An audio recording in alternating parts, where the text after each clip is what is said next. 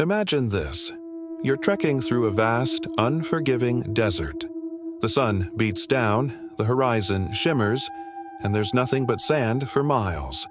Suddenly, the sky darkens. A colossal sandstorm, a roaring wall of golden grit, is heading straight for you. You find what little shelter you can, burying your face as the world turns into a blinding, screaming vortex of sand. When it finally passes and the air clears, you look up. Everything has changed. The storm hasn't just passed, it has unearthed something impossible. Before you, where there was once only a flat expanse of dunes, now stands a village. Not ruins, but an entire, perfectly preserved village, as if it was swallowed by the sand yesterday. The buildings are made of sun-baked clay, their roofs intact. You can see narrow alleyways, a central well, and homes that look lived in. It feels like stepping back in time, a ghost town conjured from the earth. You're hesitant, but curiosity is a powerful force. Who lived here? What happened to them? The silence is absolute, broken only by the whisper of the wind.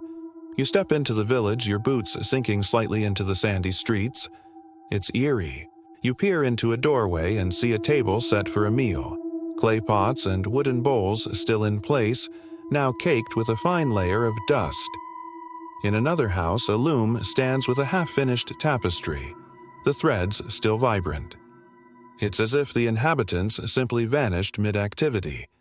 Every detail paints a picture of a thriving community, frozen in a single, catastrophic moment centuries ago. You find inscriptions on a well, telling tales of a prosperous village known for its grand annual feast, a celebration of the harvest. The last inscription is dated the very day of that feast. As you explore, a sense of unease begins to creep up your spine.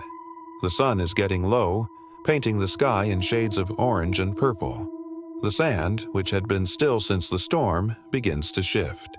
Not from the wind, but from something else. It's a subtle movement at first, like 1,000 tiny trickles.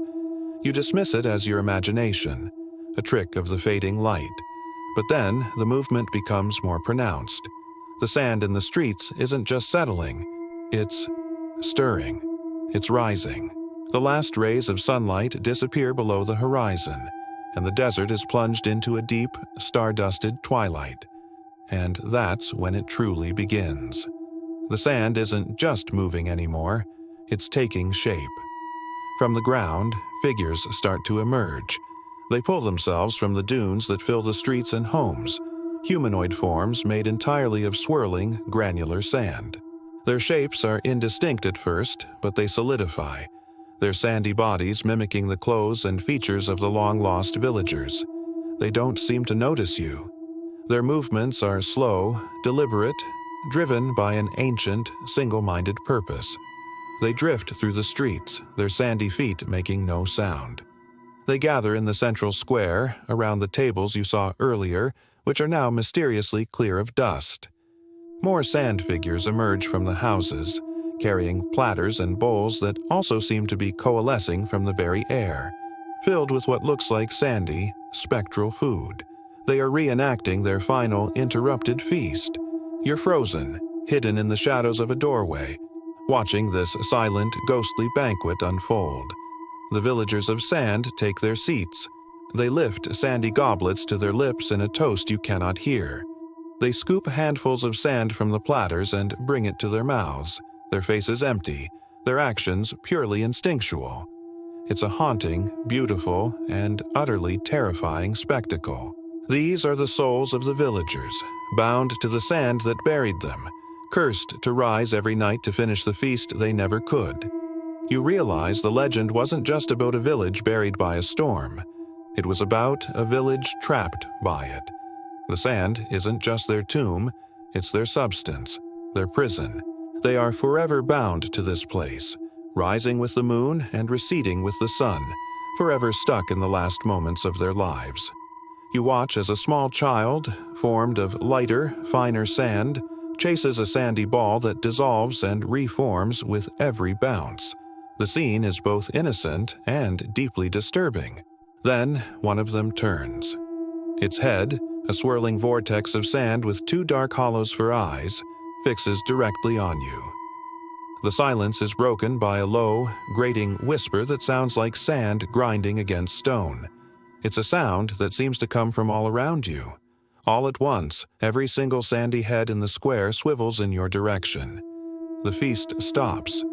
The silent pantomime is over. They have a guest. And you suddenly understand a terrifying new truth. They weren't just finishing their last meal. They were waiting for the main course. They begin to rise from their seats, their forms becoming less solid, more like miniature sandstorms themselves. They glide towards you, not walking, but flowing over the ground. Panic finally breaks your paralysis. You turn and run, not daring to look back. The whispering sound grows louder, a chorus of ghostly, granular voices on the wind, chasing you out of the village and into the open desert. You can feel the sting of sand on your back, not from the wind, but from their grasping, dissolving hands. You run until your lungs burn, until the ghost village is just a dark smudge against the horizon. You don't stop until the first light of dawn breaks, turning the sand from silver back to gold. When you finally risk a glance back, the village is gone. The dunes are smooth and undisturbed, as if nothing was ever there. Was it a hallucination? A mirage brought on by the storm? But as you catch your breath, you empty the sand from your boots, and mixed in with the common grains is a single, intricately carved wooden bead from a necklace, something that could only have come from that impossible, hungry town. Thank you so much for watching. What would you have done in that situation? Let me know in the comments below. If you enjoyed this journey into the unknown, don't forget to hit that like button and subscribe for more stories that explore the shadows of our world. We'll see you in the next one. Stay curious.